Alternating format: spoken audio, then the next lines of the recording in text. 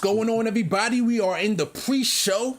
7:47. We're going to start the show right at 8 o'clock. But, you know, we like to start a little early and get the chat to come in. And if you have any questions, we like to give the chat some love early.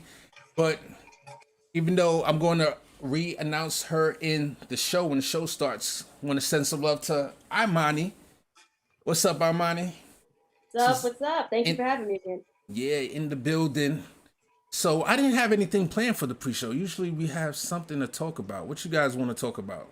Let's talk about the Red Sox being in first place. Yo, Bill Gates is leaving his wife. Bill Gates. So is it the other way around, or is Bill Gates leaving his wife? What is it? They getting divorced. They getting a divorce. Man, somebody's getting paid. That's after all I know. All these years, she's already vested, so she can leave. Get that money. Yeah, somebody's getting paid. As long as we tax him, as long as we tax whoever, I know, right? whoever ends up with the bigger sum. Well, now we have two people to tax versus one, right? Yep. Yeah. They ain't gonna tax him. He's gonna do some.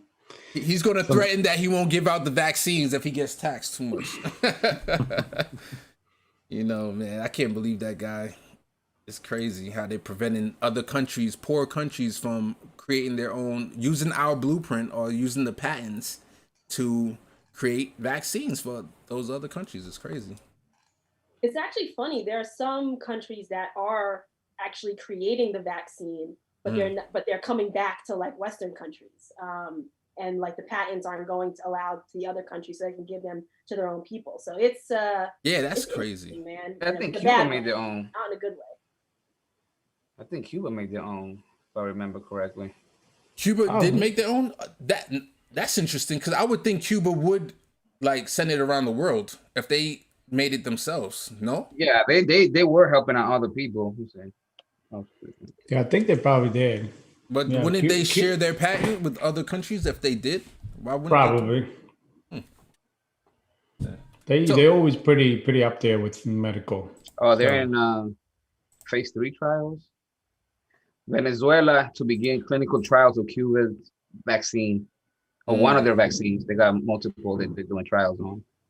We could talk about this also. Look, Justice Democrats. I wonder if this is their second candidate that they announced. But here's somebody says young Muslim and progressive is another AOC style upset brewing in New York, and she's going up against Cara Maloney, I believe her name is. So Maloney needs to go. Yeah, that's a Rana. I don't know how to pronounce that. Yeah, because the guy Case, where is she? Where is this district? This is. Go ahead. Let me see. I'm looking it up right now. Because the guy that ran against her, right? There was a young lawyer last time, right? In 2020. Yes, and he ran twice against her and got closer the second time. And then there was even some controversy that there's some mix up with the ballots. He was saying that it got stolen from him, but I guess it never panned out. But he didn't run as a progressive though. That's just the thing. Did he run as for Medicare for all? I don't know. I don't think he ran as a progressive. I think the first time it was. I can't. Don't quote me on this, but I think he just ran like he didn't run to the left, so that's probably why. But I think Maloney is definitely beatable, and she could definitely lose. So all my friends in New York, like the progressive space, they're like, yeah, she got to go. So okay. So Izzy, to answer your question. Says here, so Cara Maloney represents New York's 12th congressional district, a region made up of a significant portion of Manhattan's East Side, Astoria, and North Brooklyn. Okay. Hey, Imani, I think you sound low to me. Can you turn your mic up a little compared to other people? Can you hear me now? I hear you, but you sounded lower than John and Case. Oh, okay. What if I move closer? All right. My camera's on my mic is on my camera. Can you hear me now? I know, right? You got an Elgato too? Is that it? like bedon? Let me see. Tell me if you guys can hear, or can everyone hear this video once it plays? Taking a little while, but this is her promo. I was curious.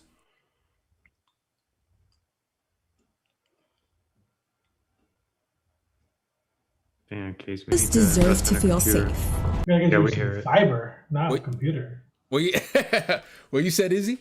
I said we need to invest in a new computer for you. Yeah. Once we get the membership going and we get like 10 subscribers or 10 Patreons. All right, I'm gonna play it now. Let me know if you can hear it. Yeah, we hear it. All of us Okay. deserve to feel safe, but some of us have had to fight for it. I was 16 years old when a man grabbed my hijab in broad daylight and tried to rip it from my head. I felt powerless, confused, scared. I only found courage because of New Yorkers, my teachers and neighbors who held me down. I started a nonprofit to train women in self-defense and organize against hate-based violence, collectively stepping into our power to feel safe in our communities. I'm running for Congress for people like my dad, who lost the neighborhood deli he invested his whole heart into after the landlord kept raising his rent. For people like my mom and the working women who taught me how to find strength in All right, I just wanted to play a little sample of it. It looks good. I like that beat. That beat is I hard. know. I was thinking the same thing, man. Yeah, it's like you got like that boxing video going. Oh, do you got muted, Imani, now? I didn't hear you at all. Yeah, I was muted. Sorry, I was saying I love that video. I know you should have. I mean, we had some time to watch. I thought you would Yeah. keep going. I didn't know if you guys was getting bored of it or what. No, let it Yo, go. you know, though, Yeah. I wasn't getting bored with it, but I just realized like how slow people talk, because when I listen to podcasts, it's always like 1.5 speed or Yeah, high me too. or faster. Me too. So when I hear like normal speed voice, it's like, man, why are they talking so slow? All right, so for John's, just for my man John.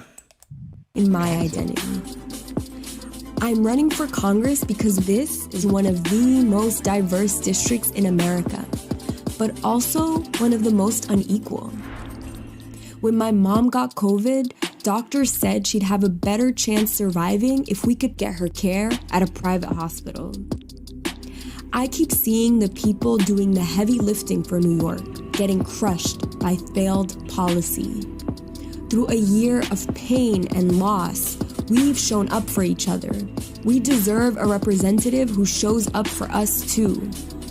Representative Maloney has spent nearly 30 years taking millions of dollars from the developers and Wall Street banks profiting off our suffering. People don't feel represented when 50% of Congress is made up of millionaires. I'm fighting for full COVID relief for our working families and small businesses, for Green New Deal jobs, Medicare for all, affordable housing, and an end to mass incarceration. I'm Rana Abdel Hamid. I'm running for Congress, and I'm not taking a dime of corporate PAC money. Because it's time for true representation that reflects all of us at the bottom, not just those at the top. Yeah. Boom! There Right. you go. Drop the mic. That's the mic. We may have to Izzy, you may have to do some research on her. We have to put her up front on the page. Yeah, we're about to I put haven't her on heard the of her page. Yeah, interesting. Case, you're gonna have to do a lot of practice on that last name, though. I know. Oh Lord, that last name is a doozy. Did she even say her name in her in the promo? Yeah, she did. She said it really quick though. So Okay. Abdel Hamed, I believe. Okay. So I have to listen back on it. Yeah. So what y'all think? well, let's see the policies. I want to see Yeah. the policies. I wanna see Where- the where's website. page?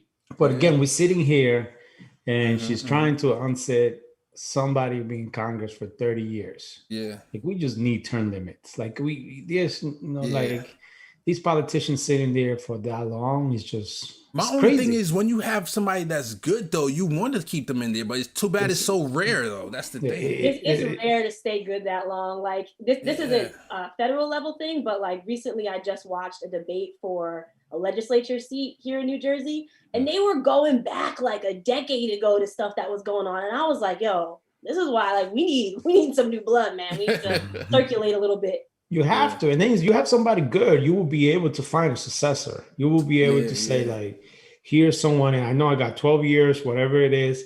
And within that 12 years, your last turn, you could be like, okay, I know this is my last turn. Here could be my successor, somebody that you endorse. and they could continue, but it will be a different voice. And if that person is not good, then they'll be out. Yeah.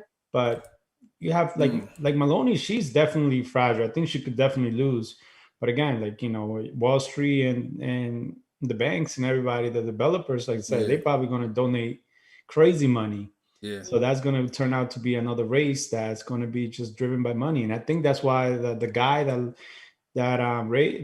ran against her, I think, you know, he just basically got outbid with the outspent basically.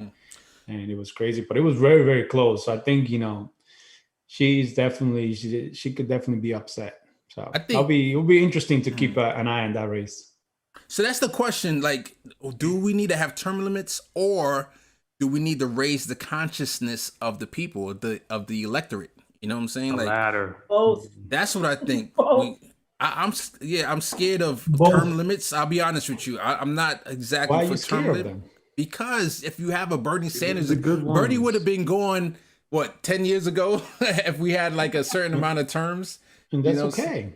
But you know what though? One thing about term limits is if we had them, people would be more concerned about leaving a strong legacy than they would be concerned about like maintaining the seat for like forever, right? Yeah. Which I think could actually give somebody better politics. Interesting. Because they're concerned with like, all right, well, what was my legacy? What did I accomplish in like these span of years? Whereas if it's unlimited, you're just trying to like get to the next cycle. Yeah. So I think it might actually be better for. I'm in the opposite camp. Because I think somebody that they know they're not going to be there for long term, they're just going to take the corporate money, do the bidding, and bounce. What's the incentive though? What's the incentive to do Well, that? they're not going to be there long, so they're just going to go. Like how sometimes they'll give like a Wall Street CEO a golden parachute to go work for the government real quick for an administration. But that happens right now. After 4 years. True. But that just happens now, and just instead of happening for 16 years, it happens for 30. Yeah. So that's why I don't think term limits by itself is a thing. It's like it's a fix. It could be. It's a start. It could go either or. It's like a to start. me, I don't think it solves anything. I think to me, you get money out of politics. It doesn't matter how long you're in there. If you don't have to worry about them getting money from corporations, then I don't care how long you're there. Boom. Yep. Got thumbs up from Izzy. All right, let's get the party started because the show is about to begin. All right, let's get this going.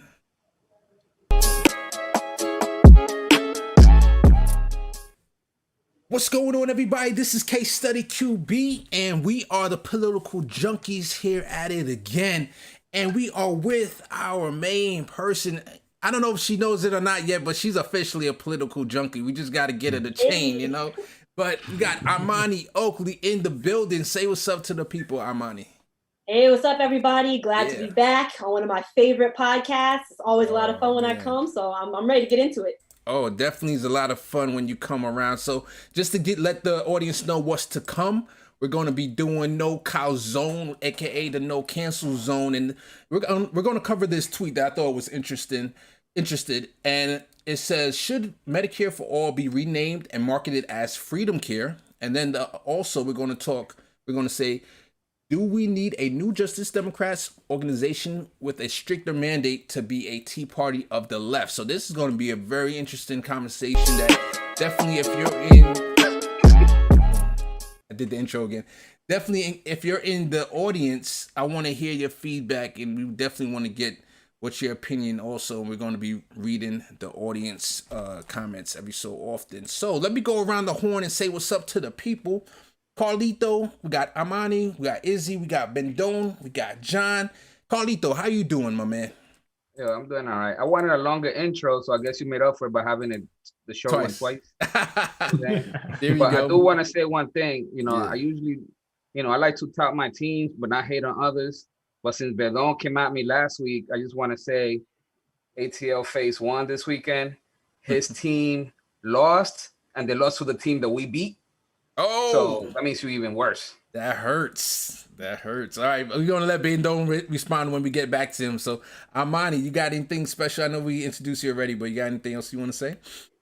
Yeah, no, just catch, my show Upfront Now there you go. every other Monday. Yeah. You can catch it on Eyes on NJ. You can find them on all their handles at Eyes on NJ and on their website at eyesonnj.org. And they're on IG, Twitter, Facebook, and YouTube. So check out the show every other Monday. We get into New Jersey politics and all the nonsense that goes on in that, as well as some national issues. I just recorded my private doctor charging me for COVID televisit. So that's an interesting episode. So go check that out. Oh, okay, I gotta check that out. I know I checked out the episode where you spoke to the person about the school system, and I think I DM'd you afterwards. Yeah, I thought that was very interesting about charter schools, and you talked about the differences and everything. So definitely check out the latest episodes. Izzy, how you doing, my man? I'm doing all right. I'm happy to see Imani back instead of Felipe. We welcome you anytime. And John looking good with his black and yellow case study QB colors. I'm happy. I'm ready. I'm excited. Yeah, let's do it. Bendo, you can respond to Carlito now. What's up? 1v1 me. All right, John. What's up, baby? What's up? Happy Monday. Shout out to my boy Alan. Yeah. And my girl Mia from Paris, Virginia. Yeah, Mia's in the building. From Paris. Imani, that's a joke. He's cracking on me because I made a mistake and I thought his friend was in France, but no, they're in Virginia. So that's an inside joke on me. But yeah, Alan in the chat. What's up, Alan, aka Neat Alan Abristow? What's up, our dude? All right, so we're going to get the party started. I'm going to show the first quiz question, the first trivia question. And Bernie Sanders did a rally with which person who is thinking about running or is currently running for the Senate? So who is the person? Imani got the answer ready. Wait, so the Booker. Okay, Charles. Okay, so John says Charles. Imani? Charles. Oh, Carlito. Booker. Bendone. Malcolm. Okay, and I think Izzy, you already said Charles? Yeah, that's right. All right, so the answer is Charles Booker. Yeah, so Bernie Sanders, he's working with ex-lawmaker Booker, attend a Kentucky rally, and it's the Rally for Kentucky's Working Class, and it was held outside Muhammad Ali Center in Louisville. So yeah, what you guys think about that? Our man is on the rally with Charles Booker. Finally, they jumping in at the beginning, not at the end. And, yeah. Man, I'm a big fan of Charles, man. So he was on Twitter the other day, and he was talking about. I didn't get a chance to give him a donation, but he was like calling everyone that made him a donation. He said it could be $5, $10, $20, whatever it was. He was gonna go through the list and start calling every donor and stuff. So that was pretty cool. So I'm a really big fan of him. So I'm hopefully that the left will rally behind him, and definitely that would be great for Kentucky. So I know we always knocking down Kentucky, but if we could pull off Charles Booker, that was a huge win. Yeah, I'm hoping the establishment Dems see the writing on the wall and don't run somebody from their camp and just help out Charles Booker. And that's just what I'm hoping. Just come on. The left is here. We're here to stay. Just stop fighting it. Stop ruining things. Just get on board. So that's what I'm hoping. Just please don't let them put in their own person to mess it up. So you know what's interesting is I saw an interview where Charles Booker they asked him if he talked to Chuck Schumer, and he said he did. And so he's pretty much talked to Chuck, and I think Chuck is pretty much giving him the lane to run, which would be very good that he just steps out the way and let this man, and not bring in, I think her name was Amy or whatever, and she had a ton of money, but she was just a terrible, terrible candidate. All right, so if anybody else has anything else to say, we'll move on. So we'll do one more question, and then we're going to go to Carlitos. So Alan is not called Carlitos Rapid Fire anymore. We're changing it because it's just been a joke for the last couple of shows. So it's just officially, it's now Carlitos Rundown, which means that everybody's open to jump in and whenever they want to say a comment, because Felipe would have been here. Comment. Alan's comment was, place your bets. How long the length of today's rapid fire? Exactly. Especially with Felipe being here, it wouldn't have been so rapid, right? So All right. I said I'm down with calling it musket fire. I like that. Props to Gabe for having a funny one. Yeah. So let's go on to this next question. Which New York City mayoral candidate is currently going through a Me Too scandal? So we got Eric Adams, Andrew Yang, Scott Stringer. So does anybody have an idea? It's not Yang, because I would have been all over. Stringer. Okay, so Imani say Stringer. Izzy?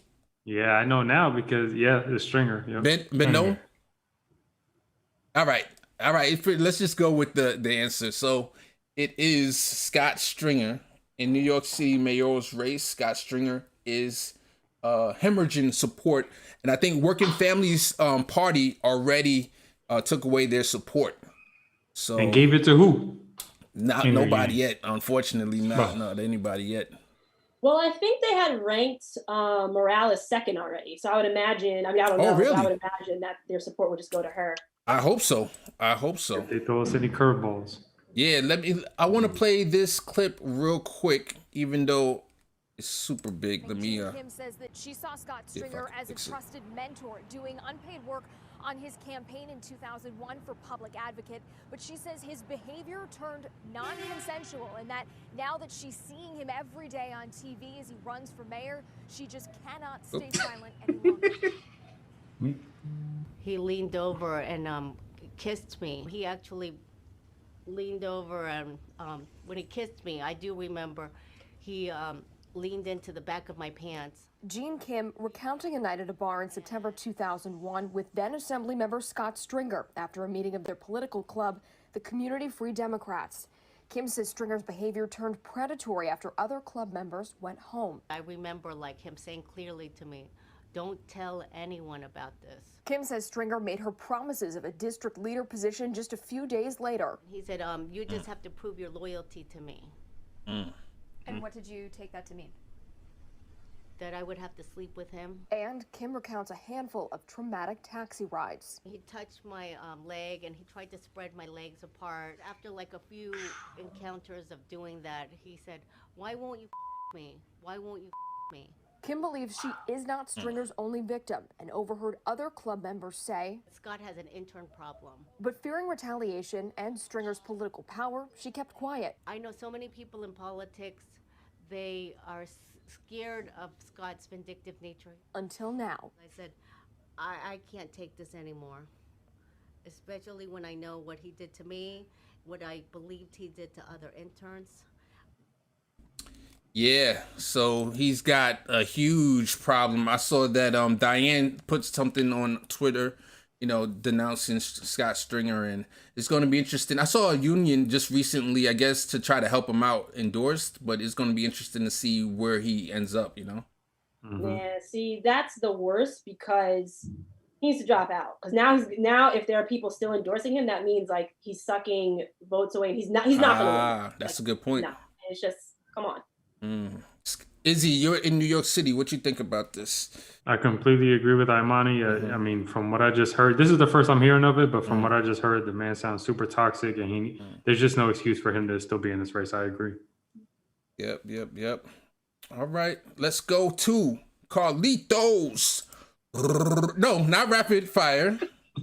See, I gotta correct myself now. Carlitos rundown. We got to get a new graphic and a new sound effect. Fire. Musket fire. Do you want to keep with that? You want to stay with musket fire because it shoots slowly? That's what it is. Yeah, you gotta reload. It takes a long time. Yeah, you could make an animation case. A guy loading a musket. Yeah, we get something. We get like a very old man doing it too. Mad slow. All right, go ahead. All right. Let's go. Story number 1. Bones of Black children killed in police bombing using Ivy League anthropology course by Ed Pilkington at The Guardian. So in 1985, a house occupied by members of the Black Liberation Move, there was an organization in Philadelphia, was literally air bombed by the Philadelphia police in the middle of a city block. So over the past 36 years, remains of one and possibly a second child who died in that bombing were kept in anthropological collections at the University of Pennsylvania and Princeton and used in classes. And the family had no idea. What do you think of that, Imani? Man, listen, that's just so like, honestly, the only word that comes to my mind is disgusting. Like, you're using the bones of Black children for these types of studies without even asking their family. Like, where's the respect for the dead? Where's any of that respect for, you know, the trauma that Black folks in that area went through? Just none of it whatsoever. And, you know, it's like, it's not like there's no replacement. It's not like they can't find other remains. Or even, I mean, today with 3D printing, you can make fake stuff that just replicates, you know, what you need to teach. This is just, it's very disrespectful and traumatic, really. I don't understand it. Yeah, when I read this story, immediately I thought of Henrietta Lacks, which is a woman I heard about in a podcast. She was an African-American woman whose cancer cells are the source of the HeLa cell line, the first immortalized human cell line and one of the most important cell lines in medical research. So for all kinds of cancer research, things like that, and they've commercialized it, put her DNA info all up on the internet and everywhere, and the family got no money out of that. You know, they were making profit off of her cells that she got. She went from like an exam and they just took it and, you know, just went buck wild with it. And it's crazy. And that's the first thing I thought about. But something that I learned in that article was that in 1989, construction workers in Augusta, Georgia, discovered almost 10,000 individual human bones under the former premises of the Medical College of Georgia. The fragments came from corpses that were sold to the college by grave robbers and taken from Augusta Cemetery for impoverished African Americans. And the college used them in medical training and dissections. So it's just part for the course when it comes to, you know, history and the treatment of minorities in this country, unfortunately. Yeah, and like it also said, the article, that, you know, Philadelphia recently apologized for it.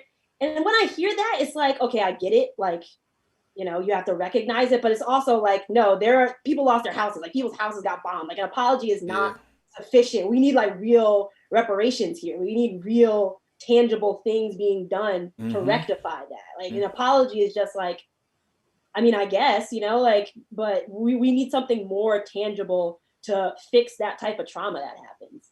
Yeah, Alan in the chat said, well, the school have gotten the bones from the estate, but the family didn't know. So, you know, they probably just got them from because once they bombed, like they dropped the bomb from a helicopter and the whole block went on fire and they raced it. They just probably grabbed the bones from there and used them without asking anybody. Yeah. But the sad part is the 7-year-olds, the 14-year-olds that died. Like, it just tells you that, you know, I was talking to my wife about this article, and she's like, why are you surprised? Like, we've seen the history of America. You know, you had Tim Scott say America's not racist. And like, yet again, here's another example of how, yes, it is at the systemic level. It is inherently, unfortunately, racist. Like, America's not racist, but all the institutions and a bunch of the people. So, take this quote from like Black Panthers, right? When he's in the museum and he's like, how'd you get these, you know, artifacts? They were stolen from those that they belong to. So it's not there. So Beno's talking about the Marvel movie, not Black Panther, like Judas and the Black Messiah. Oh yeah, sorry. Just to make sure that everybody knows.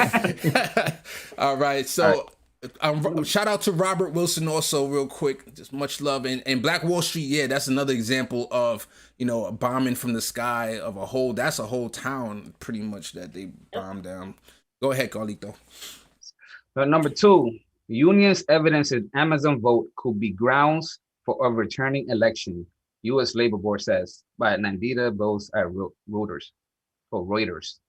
So, you know, all the headlines online and in newspapers after the union vote in the Alabama warehouse was about how the vote failed. You know, instead, the headline should have been how Amazon cheated and rigged the election. So the National Labor Relations Board, which has, you know, fails to do its job because of corporate influence and appointments of, you know, each administration, they actually stated that there could be enough evidence to overturn the election. One such piece of evidence are allegations that Amazon's agents unlawfully threatened employees with closure of the warehouse if they joined the union, and that the company emailed a warning it would lay off 75% of the proposed bargaining unit because of the union. Bedon, what you think of your peoples? It's funny to think that Amazon, as smart as they are, could be sometimes so dumb, right? Look at the fake Twitter account. I mean, it goes back to the fake Twitter account that they had with the guy from Dude Perfect trying to sort of stop all these voting coming in.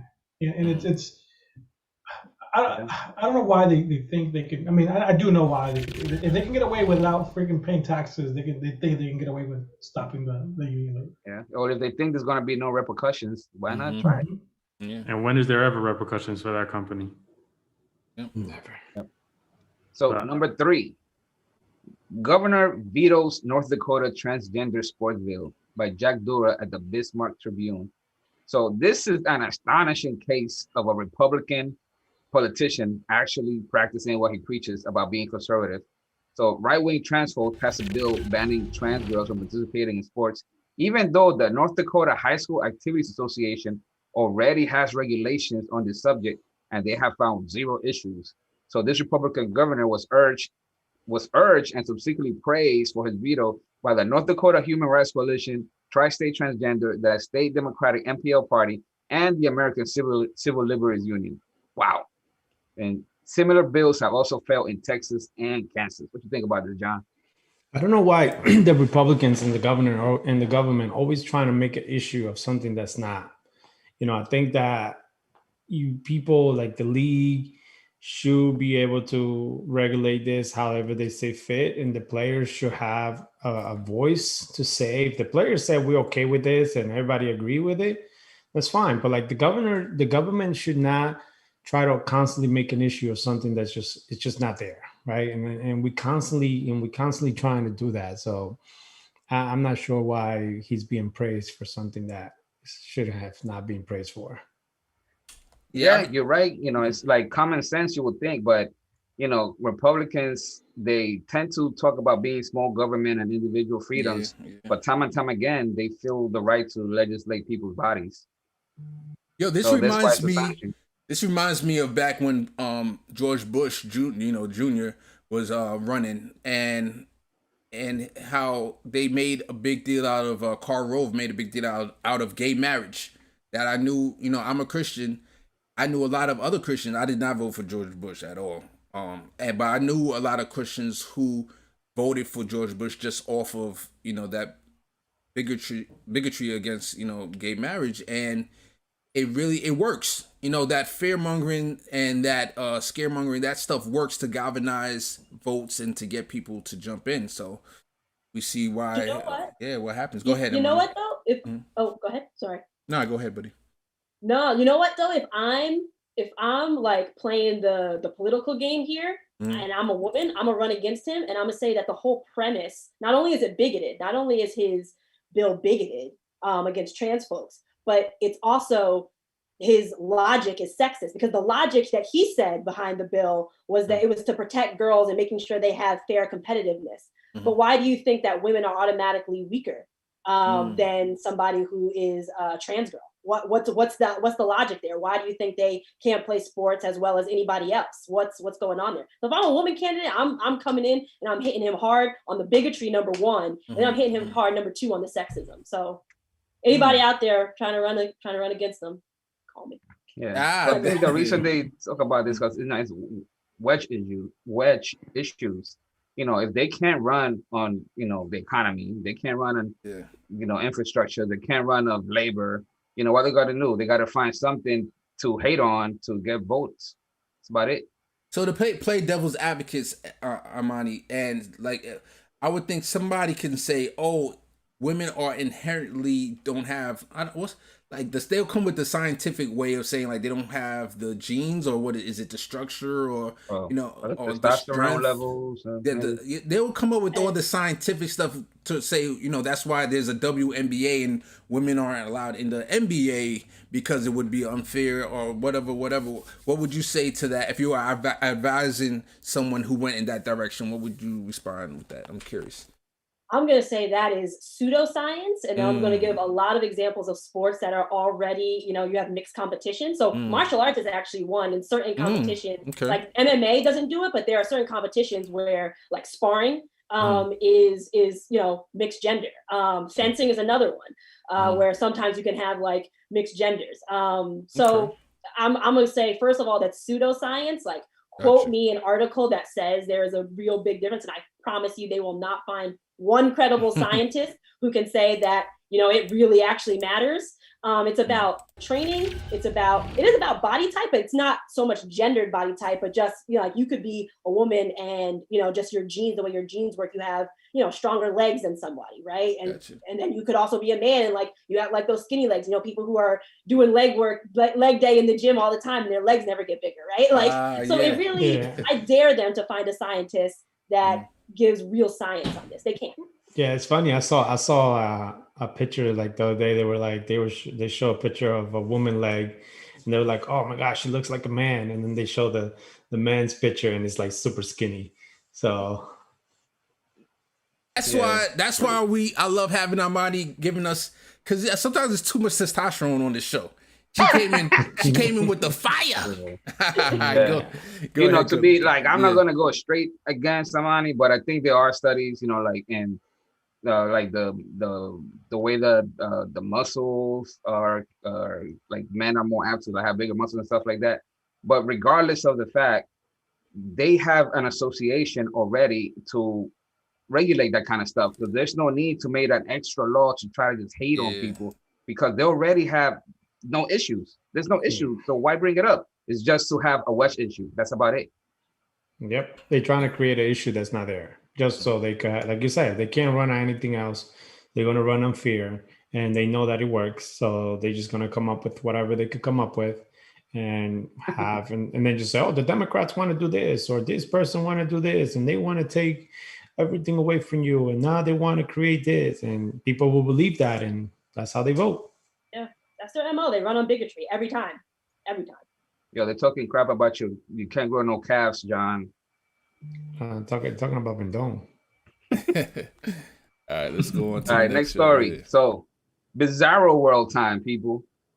So we got corporations that undermine American values don't deserve GOP support. An op-ed by Marco Rubio at the New York Post. There was also another op-ed by Ted Cruz in the Wall Street Journal talking about similar things. So long story short, the party that's against cancel culture wants to cancel corporations for being too woke.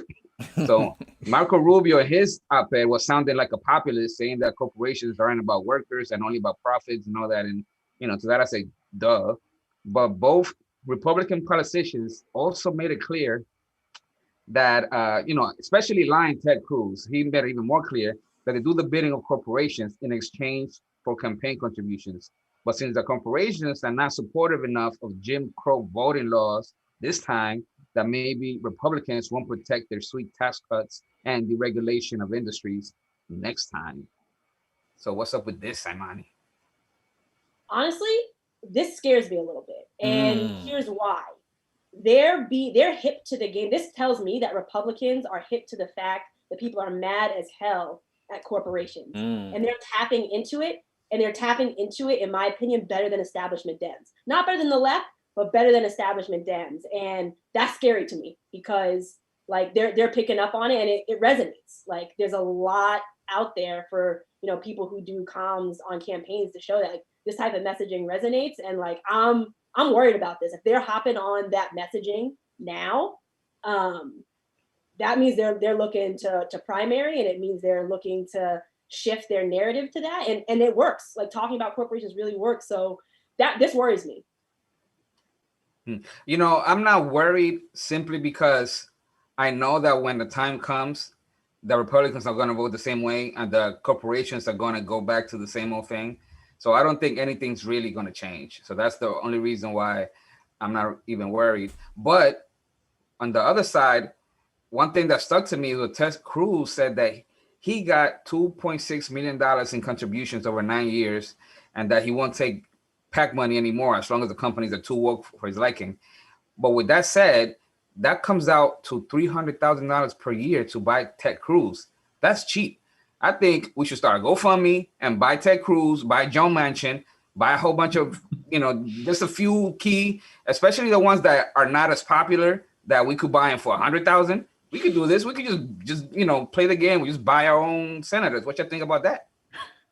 Like an Now, auction. this is why I'm scared, because they're taking the talking points that worked for leftist candidates, like I'm not taking corporate PAC money, and then they're perverting it. So, right, that's going to speak to a base that wants to be able to say racist things online, wants to be able to, harass people online or whatever.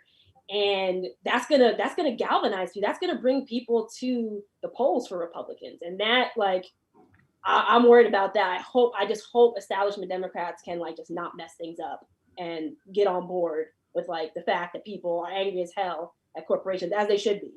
And also, does it mean that, okay, so now Coca-Cola isn't going to be donating money to these idiots? So now does that mean more money for corporate Democrats to receive too? So now we're going to, even more fund these corporate Democrats than they already were. That kind of concerns me too. Yeah, it kind of reminds me of how even James Clyburn and Hillary Clinton, they call themselves progressives, right? It kind of reminds me of that. And to see the Republicans are kind of trying to co-opt that message. I saw a tweet from Ted Cruz saying that, he said may not take your money anymore. in the tweet. But I mean, that's kind of what Trump did in a way. He was talking all populist, but when it came to it, he didn't do anything populist. Yeah. So I mean, it could definitely work for them. But Jim Tobias in the chat, he said Moneyball. Let's just buy the cheap senators, man. My number one issue is money out of politics. I'd rather not have anything. But I mean, if you could buy a whole bunch of, senators that nobody heard about, somebody from, South Dakota or something, we could have them for, what's real estate over there? You could get them for 20,000. I don't know, Moneyball, man. Let's do it. Oh, yeah, man. Let me give the shout out to all the new people that jumped in the chat. Rafael Rodriguez, CMT63 jumped in the chat. Nancy Vancher is in the chat as usual. Thank you for being a Patreon member. And Jim Tobias, you're a new person, so good to see you. Welcome to the chat. So what else we got here? Carlito, you want to continue on with the rundown? Yeah, we got one more story right here. All right. So Basecamp banned political discussions in the office. Ben & Jerry's co-founders say companies have a responsibility to get political and stand up for society, by Paul Constant at Insider. So this story, I was eating it up when it came out, and I didn't see a whole lot of talk about it outside of like tech fields. So TLDR, Basecamp's a tech company. They did an internal review and they found that employees were using racist names for customers. One executive made an apology and said that, the small biases are a slippery slope that could, if normalized, ultimately end up in genocide. So, that's true, with me so far. Okay. So one of the owners, instead of just agreeing and keeping it moving, decided to dig into all of these persons' old chat messages and finding instances that they use insensitive language, just to say, like, you gotcha, why you being a hypocrite or something like that. And then they proceeded to ban all political talk from all the company chats. And then the two owners offered severance packages to anyone who didn't like it, and a third of the company quit. So wow. I think that was amazing. Wow. So, and then this op-ed is comparing Ben & Jerry's, who is the company's, but the two founders are unapologetically political and on the right side of history. And the op-ed ends with this: Jerry Greenfield is proud that even though he and Ben Cohen aren't at the helm of Ben & Jerry's anymore, the company has been outspoken about Black Lives Matter, and they continue to do very, very well in the marketplace. The lesson for other businesses, Greenfield said, is that there is value in standing up for people who are not getting justice in this country. So I got two questions. Should companies be political? And two, what topic isn't political anyway? What you think, Izzy? Should they be political? Yeah, I mean, as long as they're going to be on the right side of history, like Ben & Jerry's, I'll buy Ben & Jerry's any day. Non-vegan, I mean, non-dairy, of course, but I fully support them, and they're an awesome company. One other thing I wanted to mention, though, one of the lines that I thought was interesting, not only did they ban political speech at the company, but I saw in the article, it also said one of Freed's other announcements was that he was disbanding Basecamp's Diversity, Equity, and Inclusion Committee and reassigning its tasks to one HR staffer who was a white presenting woman. So basically, he is not just, banning all the political speech. He just disbanded anything that could help anyone in terms of diversity and inclusion. And he completely undid that whole sector of their company. Why would you do that on top of banning political speech? What was the motivation there? Yeah. That's but really you know, as far as the second question is, what is political speech anyway? When you think about it, everything that he doesn't like is political, pretty much, because if you talk about taking, we're in a pandemic, talking about taking your kids to school, that could get political because you start talking about poor people, resources, who can't afford to even stay home. Any topic could become political. So it's just like whatever the majority, in this case white people, think it's normal for them, that's what's not political, and everything else is political. Exactly. And it's like the author points out, he says being apolitical, quote unquote apolitical, is being political. You are still making a statement when you do that. And when he does other things like disband the whole inclusion and equality group in his company, you know exactly what side of the politics discussion he's taking. Exactly. And the thing that struck me about this, the immediate thing that I thought about was like, oh, they're trying to stop people from unionizing. Like that's the immediate thing I thought of, because why would you ban them from talking about it in the office? Like I think the only clearly he disbanded the diversity and equity, so there's more to it. But the first thing I immediately thought was, oh, you don't want people to radicalize and unionize. That's immediately what I thought. Mm-hmm. See, Ralph in the chat, he said, even sports can be political. We know this a lot. Alan said, can't even wear masks. Wearing masks is political nowadays. Yeah. Everything is political. Black Lives Matter is political.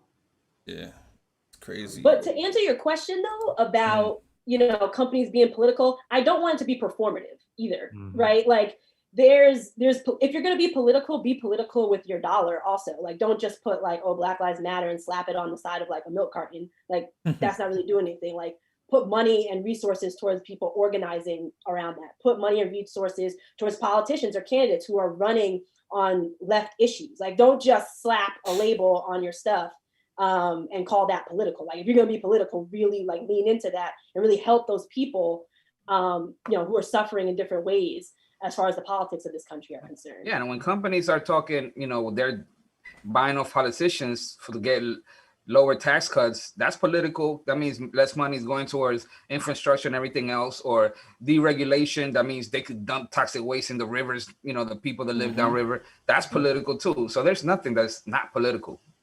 Yep, 100%. All right, we're going to go to the first no-cow zone of this afternoon of this show. Should Medicare for All be renamed and marketed as Freedom Care? So I saw this tweet and I thought it was interesting by Liam Doris. It says, about a year ago, I had a conversation with an old school Republican. They told me that I should rename Medicare for All as Freedom Care and market it as personal freedom from the profit insurance industry. Things that make you go, So before I give my opinion of this, I'm going to give it back to the crew and let me know what you guys think about this. I mean, Republicans are dumb, but are they that dumb? I don't know. I mean, personal freedom, are they really going to buy into that?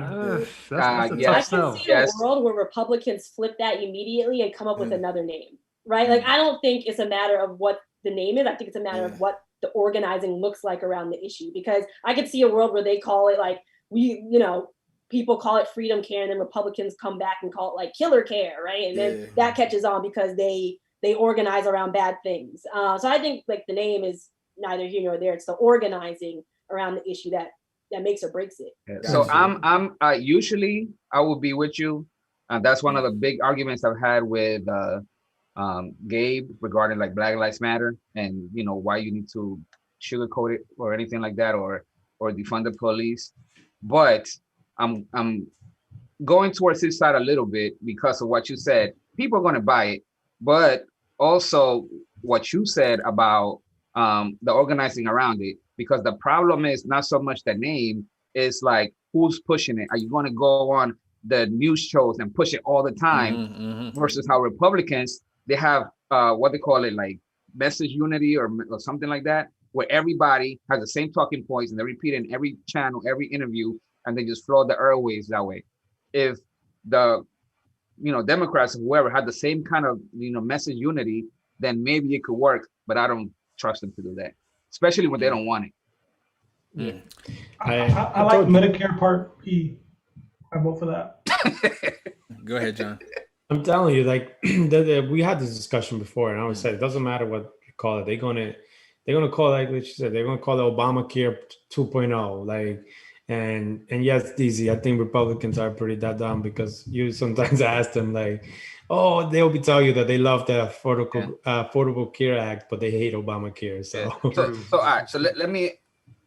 I don't want to say they're like all that dumb too. It's also, I mean, marketing works. That's why, the executives for, advertising agencies get paid so much money. Yeah. They get sold this thing and they believe it. It's not necessarily always that they're dumb. Sometimes it just that's all they hear. They see it all the time. They get bombarded. You start believing it. And we talked about this before. We talked about that the Republicans are better at messaging than the Democrats. We have said that, and it's just they, like you said, they have like talking points. They go everywhere, and it's just like one message across the board. 99.9% of it is a lie, but that's the message that they have, and that's the message that their fan base listen to, and that's what they believe.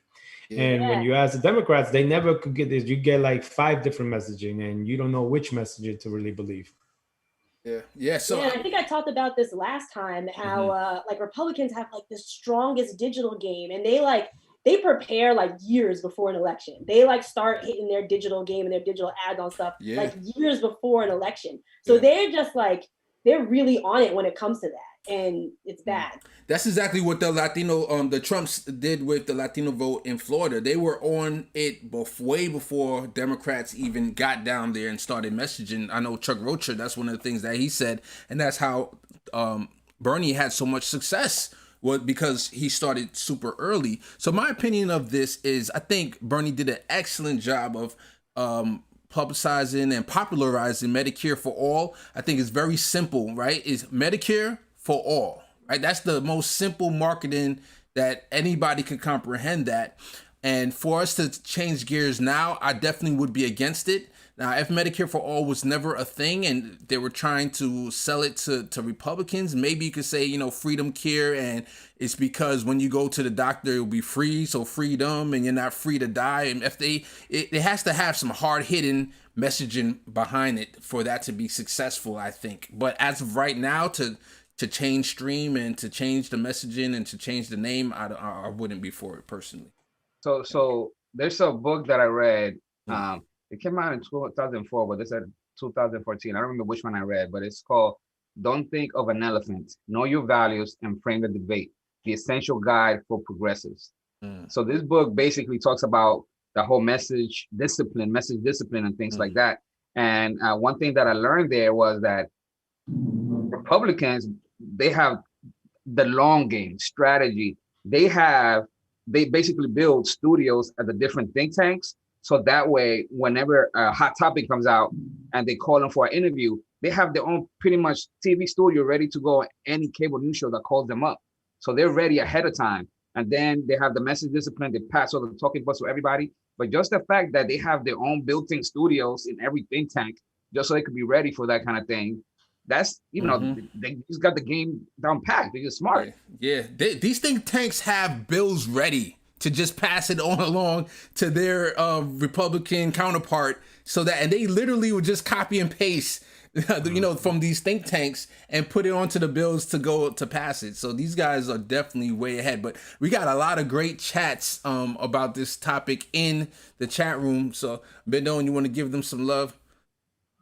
So I agree with Alan, right? Naming is important, because as soon as you name something, it's the buzzword. And nowadays, if you're not on top of your social media game, it'll turn on you. We got Jim Tobias keep saying Medicare for all. Alan, Raphael said, how about we get Medicare for all before we need something? Before we start changing it. But I mean, like I said, who else? Jim Tobias said, trust me, Republicans love their Medicare. And it reminds me with the whole Obamacare thing, they were like, get your government hands off my Medicare. Yeah. Like, what? Yeah, exactly. Super ironic. All right, so let's move on to the next topic on the next no-cow zone. And this one is going to be a doozy. So let me bring it up here. Do we need a new Justice Democrats organization with a stricter mandate to be a Tea Party of the left. And I was thinking, what would be a name for this? And I was like, Bring the Ruckus came to my mind, like bring, something hard. And I was thinking maybe the Ruckus. Like, I don't know. When you put that name, yeah. I thought of Uncle Ruckus. I was thinking, man, it's like, nah, that's what Tim Scott's gonna be. Oh. Okay, so maybe we might need another name, but you guys get the point of what I'm trying to say. But yeah, so before I give my thoughts on that, I want to go to Carlito. You go first, and then we move on. Hey, with me, I always care about moving the overtime window. Mm-hmm. So if they're going to be even more left than the Justice Democrats, bring it on. Mm-hmm. The only thing is that when it comes to certain things, there got to be a way to have party unity. We got to, move things to the left, but also need to learn how to work together. Mm-hmm. Okay, Imani. Listen, I don't think it's about having a new anything. I think it's about having multiple, right? Mm-hmm. If another organization comes that's to the left of Justice Dems, great, because now we have two organizations doing the work of Justice Dems. Mm-hmm. We have another organization that's still on par with Justice Dems. Great. We need as many as possible who are doing the work like mm-hmm. Justice Dems are doing, so we can get good people in there. I mean, I think the left does this thing where we kind of have like just one entity for a time, and it's just like, we need that, that's it, that's the entity. And it's like, no, we need to keep building more than one so we can get our numbers up and get them up faster. So I don't think it's about having a new anything. I think it's about having multiple organizations that are trying to get left candidates in so we can get things like Medicare for All, Green New Deal, etc. So that's where I am. So Imani, let me ask you a follow-up question, because you're more on the ground for this than any of us. Mm-hmm. When we just talked about messaging, right? Like standardizing messaging. We talk about, when it comes to even just getting money to these candidates who need it. Do you not feel like we should have more of a centralized, maybe one or two organizations rather than, 15 different organizations that are all trying to do their own thing and then maybe, missing each other in the process? I don't think centralization is what we need. I think we need organization, right? Because you can have a million organizations that, don't know what they're doing. They're all over their place. Their planning is bad. Their recruitment is bad. All of that, like their methods are not good. Or you could have multiple organizations who, have a great staff, have great recruitment, have great training, are good at fundraising, right? And then when you have those groups that are very organized internally in what they're doing, then you can have many of them. It would be beneficial. I think the issue we have right now is there are a bunch of organizations with varying skill levels in that regard, and that messes up the left, and it kind of like makes us trip over each other a little bit. Or sometimes I've seen the effect where people, stop believing in electoral politics altogether, and that's really the result of like, somebody running like a sloppy race or something like that. So I really think I don't think it's about centralization. I just think it's about whoever's out there doing it being very organized and skillful in what they do. 100%. I know something that's disheartening to me is I find that when people find little things that they don't like about our progressive candidates, and I agree with critiquing. I'll critique anyone if they do something wrong. I'm going to be there to call them out. But what I find disheartening is when they say, you know what, I'm not going to donate to any Democrats ever again, or to the next Justice Democrats that come along. And to me, is like that they're taking themselves out of the fight. And guess what? The rich people are never going to say, I'm not going to put my money into the fight. They're never going to, even they might get mad at certain people, but they're just going to go and fund the next Republican or the next corporate Democrat against that person. I just think we probably maybe not need a new Justice Democrat, but like everything else, maybe we just need new leadership in the Justice Democrats, right? If there's something that they're not doing that you may not agree with, then you got to start seeing what is the direction that you want them to go to, right? Because again, like Easy said, right, if we have like 15, 20 different people, different messaging, we already know that like the left is being divided, right? And there's a lot of things that I'm agreed and disagree with, like Justice Democrats, right? I think there was an interview one time where Alexandria Rojas was like praising Joe Biden on something, and we were like, I was just scratching my head. I was like he didn't even do that. Like, why are we praising him on that? You know what I mean? So there's things that they could definitely be doing better. So you know, again, like it doesn't matter what party we have, what name we call it, we go back to that, right? It's like who's running this organization, and what are the requirements? How are they going about it? What, you know, how are they choosing their candidates, right? Like we know that they have changed the way like they have done it before, like who are they endorsing, all of that. And how do, if you become a member, how do you hold them accountable and making sure that they following what you expect, right? That's a good question there, John. Like how are the grassroots, or do they have a membership that can hold them accountable? Because like something that you made me think of how Democracy for America, who is the president, is one of my favorite people that's on ABC News, Yvette Simpson. But they endorse what's her name, Karen Peterson, I believe, against Gary Chambers, who I believe was the more progressive person in the race. And then Our Revolution also endorsed Karen Peterson. And to me, I knew a lot of grassroots people reached out to me on my Twitter, was like, oh, can you help us blow up this message that Gary Chambers is the real progressive? And it's like, how can I don't want to throw Our Revolution, and I don't want to throw Democracy for America out with the bathwater, but how can we hold them accountable? You know, that would be a good question. You know, I think it's really about, what's that phrase? Don't be a, what is it, Monday night quarterback? Or I don't know what day of the week it is, but essentially saying like, you know, don't criticize the leadership if, you know, you haven't done it. And frankly, like, Justice Democrats have an entire nominations process. So if you don't like the candidates that they're putting up, nominate somebody from your community, right? Rally around that person, put in some nominations. Because again, like, they're one organization. One organization, and we have how many districts in this nation, right? Like they can't see it all. They can't find every single star out there. They can't fund every single star out there. Like that's another issue, right? So really, if you want to really, really drive where Justice Democrats or any organization like theirs is going, really like get in the fight and nominate your people. They have like a whole contact thing on their website. You know, email them and say, hey, you know, these things that you guys are doing, you might want to shift this in some way, right? As opposed to just kind of like, oh, they're not doing anything, like we need to get rid of them and get a new one. Because I promise you, like I feel like I've seen that so many times now, where it's just like there's one entity that the left just leans into, then they do something wrong and like boom, nothing, it goes away. That doesn't grow the movement. That doesn't grow the movement. And that's what I mean. Like, you know, sometimes you have to look at like what is the leadership doing, right? Like if you're saying, hey, this leadership been on the horn for like the last 10 years and we got an X, Y, and Z, right? Does you just go and blow up the movement in the name, or you try to say, okay, do we need new leadership? It's just like politicians, right? If you have a politician, you say, we got this politician for the last 10 years, how do we get rid of them? And now I'm not criticizing the leadership, but you always look at that, right? Like, because the leadership is the one that's selecting everything, and then you have all this membership. So how do those membership hold the leadership accountable to just even look at it? That's just an idea, right? Because we could go ahead and create whatever name, and we're going to have the same cycle, right? We're just going to go in, and then they're going to go in the first year, everything's going to be great, and then they're going to do something that nobody likes, and they're going to be like, oh, we need to replace them with X now.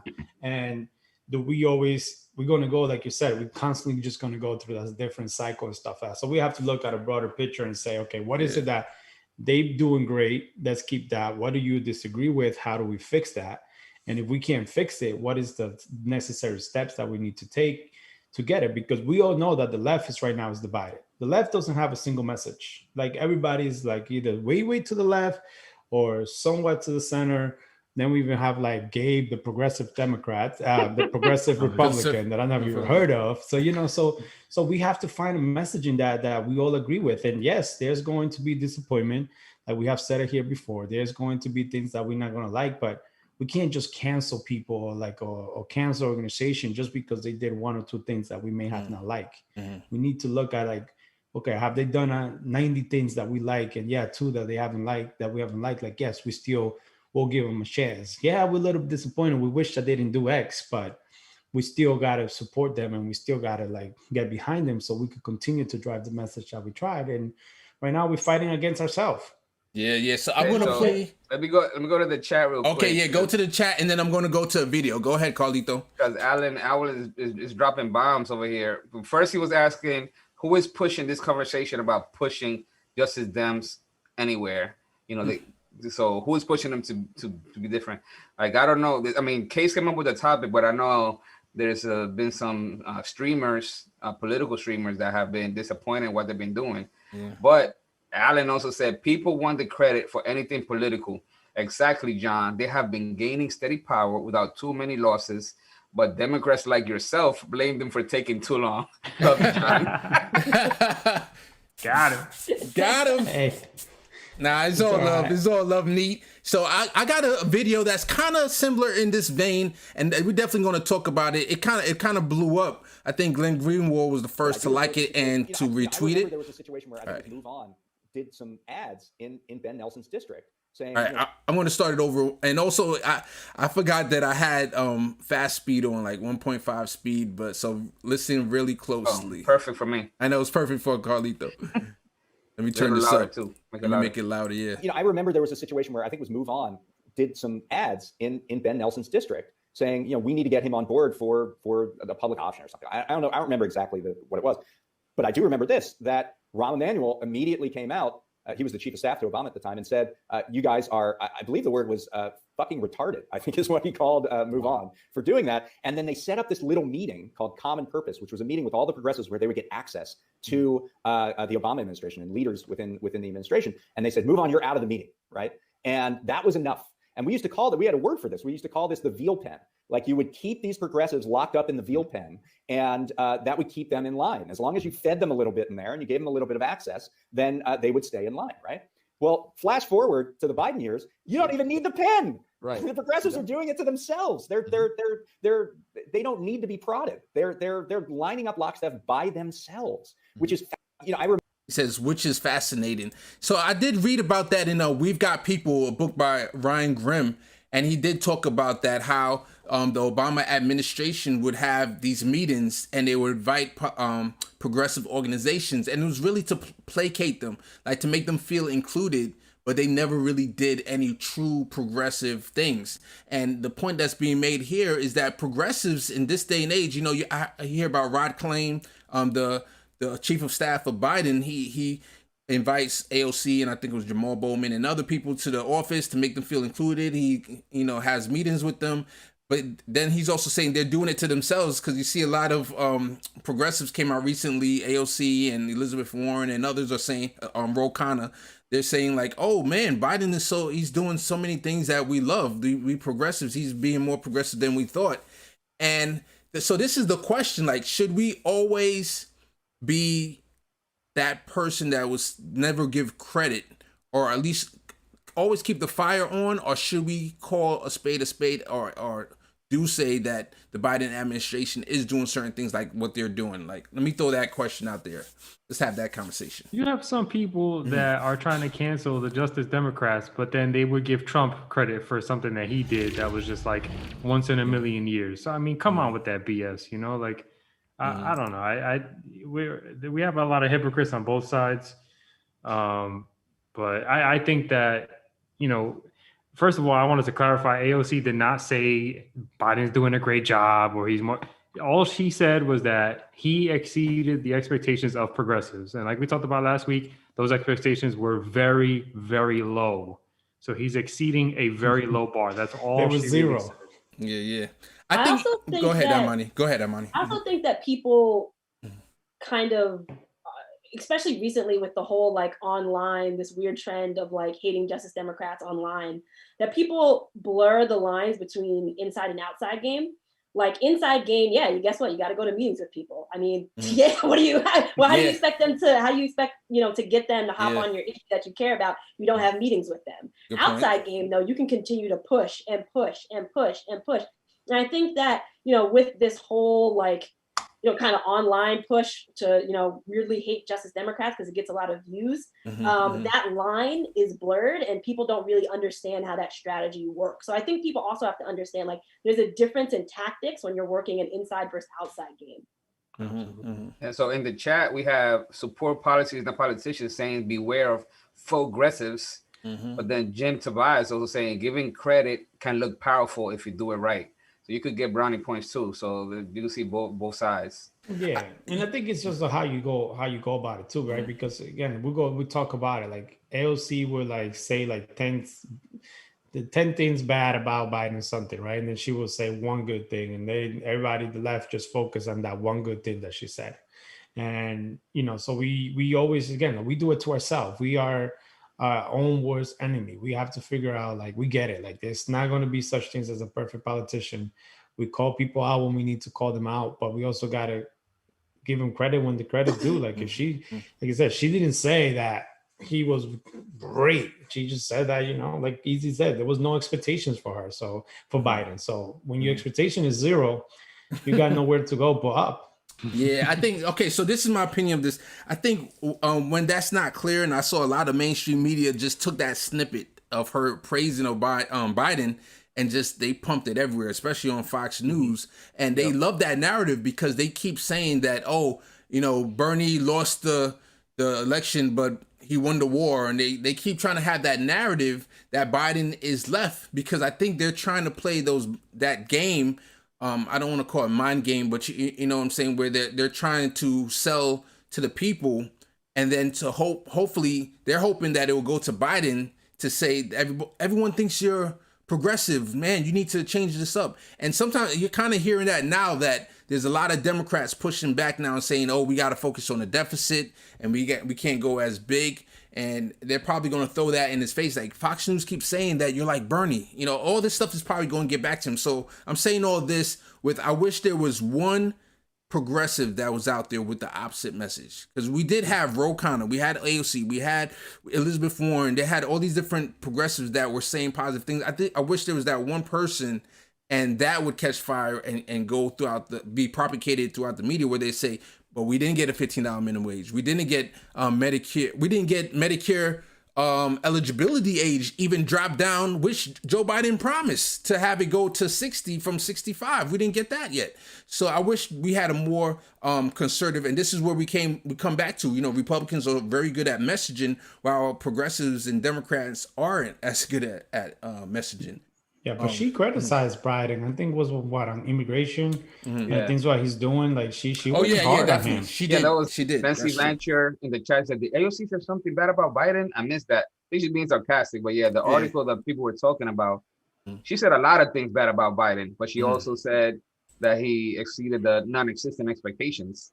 Yeah. So everybody just went with that. Yeah, and I have to say, Nina Turner had an interview that I cut on Case Study QB that she did. She was still pushing Biden. She said some nice things, but then she said, "But we still need to push Biden." And exactly. Yvette Simpson also. Yvette Simpson was on ABC News, and she also said something that was very critical of Biden. So I'm gonna play this last video. We're gonna have this last discussion before we end the show. One more thing. Sure, my man. Policies, not politicians, said the people that talk crap about Justice Dems and DSA don't attend meetings. And I want to give some love to DSA because of what they did in Nevada. You might talk crap about them, but they basically took over. So they do their thing over there. Yeah, that's true. Yeah, exactly. How many of these people that are talking all this crap are out there door knocking? How many of them are volunteering? How many of them? I mean, hardly any. They're couch politicians. They want to get on their Political Junkies podcast and spew all this hate, but they're not out there in the streets, So and one thing that raised my eyebrows, I think it was yesterday, maybe today, was when Biden was saying some speech and he started getting shut down and people talking about private prisons, and he said, "Okay, well, just give me a few days." So I was like, "Hold on, wait a minute." So he's going to do something about that, and he said, "No private prison shouldn't exist at all." So that came out of Biden's mouth. Really? That's interesting. I didn't even hear about that. That's interesting. Okay. Yeah. So he was getting shouted down, and he said, "Well, give me some time. We're working on it." So maybe in a week or two, he might say something about this. Okay. All right. I'm gonna play this last video. In a year or two, he'll do something about it. Maybe he'll do something. All right. Let me. Doing a few things now. The money you take. Let me turn this up. It's the money you fear will be used. It's sometimes it's not just the money you take. It's the money you fear will be used against you later. So I mean, this is something. I mean, Ryan Grimm has talked about this a lot. If you vote for this minimum wage, it's not that you won't get money from the National Retail Federation or National Restaurant Association or something. It's that you fear that they'll run a super PAC campaign against you in your next election. And so that's the way that these people think. Now, what are they going to say? I mean, they're not going to. I mean, the funny thing is that bill or that super PAC campaign won't be about the minimum wage. It won't be about the minimum wage at all. They'll find some other bullshit kind of thing to knock that particular member of Congress. But it begs the question of, what are you doing there? Like, what are you there to do if not to improve the lives of people? Are you just there to collect a paycheck? I mean, so that it's something.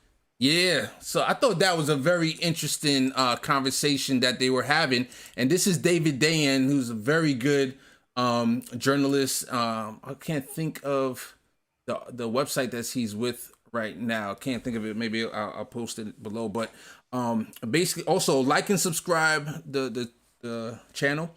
But he's talking about the other point of view from the corporate side. You know, we always think about, and we just was talking about being, you know, couch activists, you know, Twitter activists from our, you know, the safety of our homes, while he's talking about the point of view of people who are already elected, what their strategy is and how they think about why they join legislation and why they support legislation. Now, for people like you and I and straight up progressives, like, we're going to support anything progressive for the most part. We're going to Medicare for all. It doesn't matter. We're not thinking, but he's talking about like the moderate Democrats who are trying to think, okay, if I put my name on Medicare for all, what I might not get any repercussions right now, but what are the pharmaceutical companies, the healthcare companies, what are they going to do when it's time for my reelection? Who are they going to fund another candidate against me? You know, so what do you guys think about that? Money is not everything. Money is a lot, right? Like, don't get me wrong, money is a lot, but Michael Bloomberg is not president right now. Yeah. Like, money is not everything. It is a big deal. Like, again, don't get me wrong. Like, I'm not naive here. It's a big deal, but it's not everything. There's a bunch of things that go into it. Organizing, messaging, being in your district, right? Like, interacting in your district, eating in small businesses in your district. Like, there's a lot that goes into it, and money is important, yes, but if you're living your values and people in your district can eat and they can stay in their homes and they can be healthy because of what you did and you interact with them, you're fine. Somebody can spend as much money as they want. Like, people are going to remember that. All right. And I think we talked about this, like, this goes back to what we were talking about in the pre-show. Like, we were talking about term limits, right? And I think we went back and forth, and Imani says, you know, like, if they weren't so worried about just conserving their seats, just maintaining their seats, they'll probably be more worried about what their legacy is, right? So I think that goes back to that, right? So the politicians, like, we know the minute they go in there, they got to prep for a 2-year campaign. So all they're worrying about is really, what do I need to do to stay in this seat for the next 30 years? Rather than like, what can I really do to improve people's life, regardless if I lose or win. So that's, you know, we take money out of politics and we do term limits. I think we'll be able to fix some of that. 100%. All right. With that being said, 9:05, man, that show went by quick. Imani, love having you on the show. Let's show the chat some love real quick before we head out. Alan Amberster said, people are afraid to lose that quote unquote power, but they lose because of their hidden fears showing. Yep, I agree with that. Nancy Venture also said, yes, they will, and they will crush you. He's talking about the money that you know, corporations have. So anything else? CMT63, thank you for coming out. Alan Amberster, aka Neat, Nancy Venture, Rafael Rodriguez. Anybody else? Support policies, non-politicians. Oh yes, thank you so much. That's my Twitter friend. Thanks for coming out, Jim. Yeah. Jim Mia from Paris. Yeah, Jim from Paris. Raph was in here. Jim Tobias, thank you for coming out for the first. That's my first time seeing him. Holly Horn earlier. Yep. Yeah. Holly Horn. All right, so let's end the show. Thank you. Imani, any last words? You want to give any last things before we head out of here? Yeah, no, I mean, again, you can catch me on my show, Upfront Now, on Eyes on NJ. You can catch them on YouTube. Twitter, and Facebook, and on their website at eyesonnj.org. If you're watching this from New Jersey, abolish the line. If you don't know what that is, also go to Eyes on NJ and check out my shows, because I have educated all about it. And thank you all for having me again, and thank everybody for watching. Yeah. So anybody else have any last words? Carlito, Izzy, Bendon, John? Like, subscribe, yeah, share, tell your friends, send them over here, send them to Eyes on NJ, and ATL Phase Up. Much love. So join the Discord. Yo, Alan, I love you. Join the Discord. So if you're watching this from the beginning to the end, or just watching this period, you are a political junkie right along with us, part of the junkie gang. Much love. You could have been anywhere in the world, but you're here with us, and we appreciate that. Much love. Have a good one. Until next Monday, 8 o'clock, or a little bit early for the pre-show. See you next. Oh, actually, next Monday, no show. That's the week, Monday, Mother's Day weekend. So no show. So we'll see you the following week. Much love, everybody. Have a good one. Peace. No show Mother's Day. So I'm going to show the closing credit real quick then. Here's our Patreon. Thank you to our Patreon. Pedro Hernandez and Nancy Bancher. All right, stop.